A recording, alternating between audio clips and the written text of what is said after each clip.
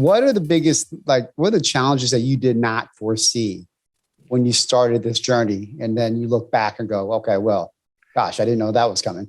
One of the biggest ones is I made the wrong assumption that Apple was waiting for me to start this podcast. You know why? Because I watched a movie called Field of Dreams, and they say if you build it, they will come. And I believed in that.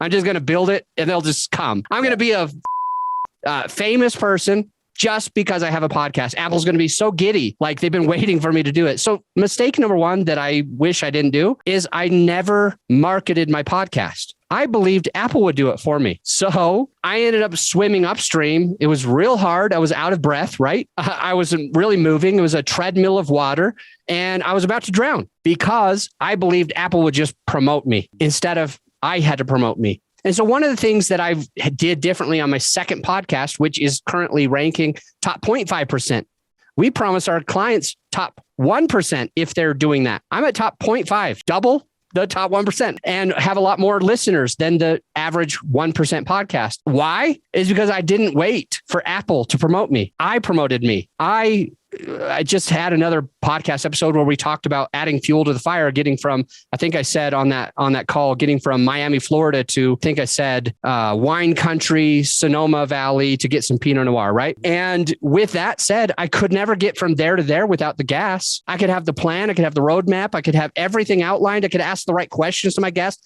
I could have the perfect guest, but I'm not going to add any fuel to the fire. I'm not going to get anywhere. And so the big takeaway is don't expect Apple to just be excited that you launch.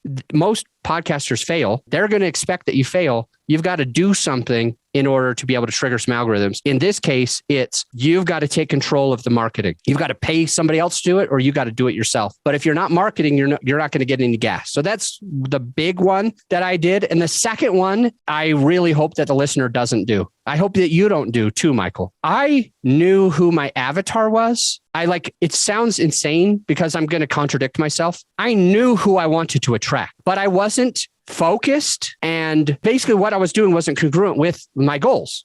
So for me, I wanted to raise private capital. I was what they call a syndicator who buys these larger apartment buildings, but with other people's money. And so my goal is I want to raise other people's money. And so my thought is I have a podcast. I'm automatically famous. Apple puts me in front of people. Everybody just naturally wants to invest with me because I'm the and my life is easy. But here's the thing. If you want to raise private capital, who do you need to attract? You have to attract rich people. And I was the idiot, and I don't want the listener to do this. That's why I'm sharing my problem here. Well, also because Michael asked me to be vulnerable, but I'm sharing my problem here. I knew what I wanted to achieve. I began with the end in mind. I knew who my avatar was, a rich person, but it wasn't consistent with what I was actually putting out. My podcast was called Creative Real Estate Podcast. So who does creative real estate attract? A poor person. Exactly.